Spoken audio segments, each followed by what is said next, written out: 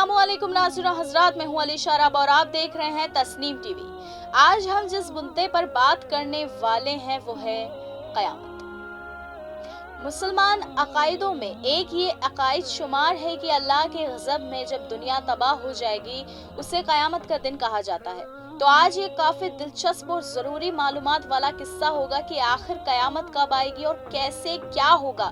जानते हैं कुरान से पहले इस मौजू के बारे में।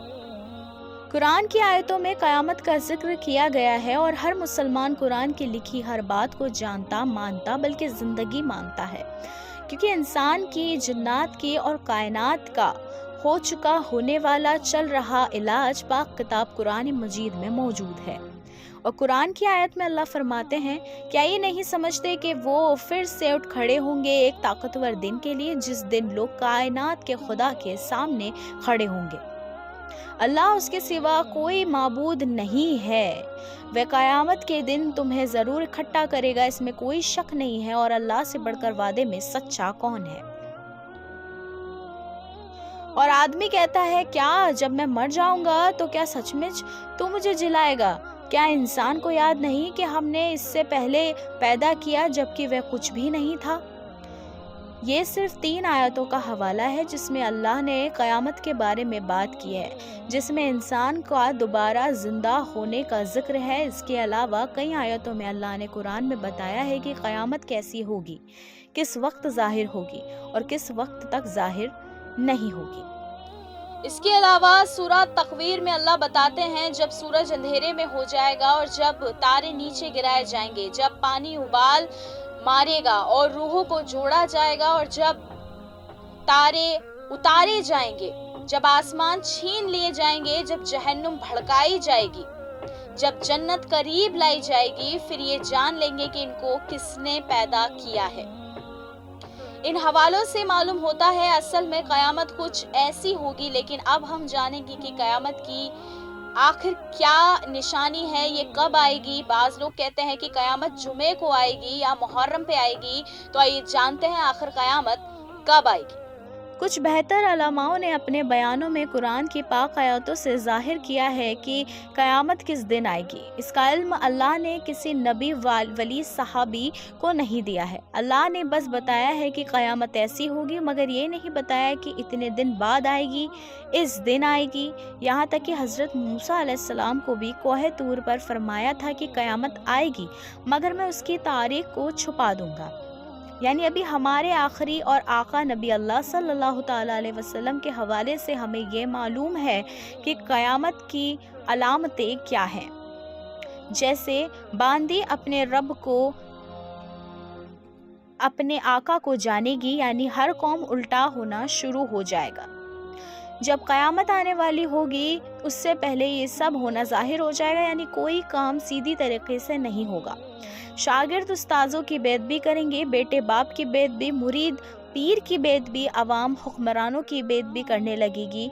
और देखा जाए तो इस ज़माने में ये सब आम हो चुका है। बिल्डिंग्स इतनी ऊंची हो जाएंगी कि मस्जिद की मीनार से ऊंचे बनने लगेंगी, बल्कि लोगों में होड़ होगी कि हम उससे ज़्यादा बड़ी बिल्डिंग बनाएंगे। सूरज का मगरिब से गुरूब होना, कुरान के तमाम हुर्फ का धुल जाना यानी गायब हो जाना, ऐसी निशानियां 14 मानी जाती हैं, जिनके होने से साफ जाहिर है कि क़यामत काफी ही नजदीक है। तो जानते हैं कैसा होगा आखिर क़यामत का मंजर। पहली अलामत है धुआं। क़यामत से पहले एक ऐसा धुआं निकलेगा जिससे हर तरफ अंधेरा हो जाएगा। दूसरा, दज्जाल अपनी आप को खुदा कहेगा, लोगों में अजीब अजीब चमत्कार मौजज़े दिखाएगा। बहुत सारे लोग उसको खुदा मानकर उसकी इबादत करेंगे, नाउज़ुबिल्लाह। यहाँ तक कि ज़मीन में अल्लाह के नाम लेने वाले कम रह जाएंगे। इसको हज़रत ईसा अलैहिस्सलाम कत्ल करेंगे। दाब्बा, ये एक जानवर होगा जिसके एक हाथ में हज़रत मूसा अलैहिस्सलाम की लाठी, दूसरे हाथ में हज़रत सुलेमान अलैहिस्सलाम की अंगूठी होगी।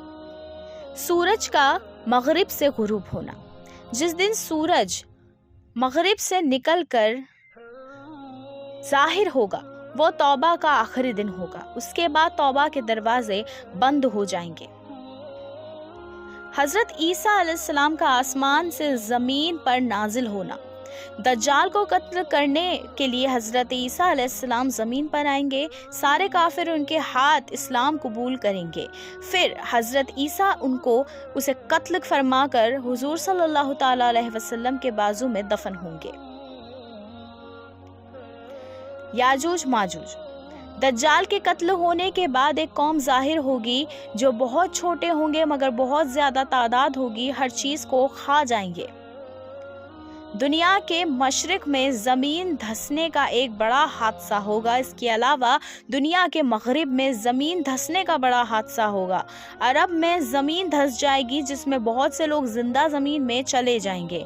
ایک آگ یمن سے ظاہر ہوگی جس کو دیکھ کر لوگ چاہیں گے یہاں تک کہ میدان محشر میں جا کر پہنچ جائیں گے۔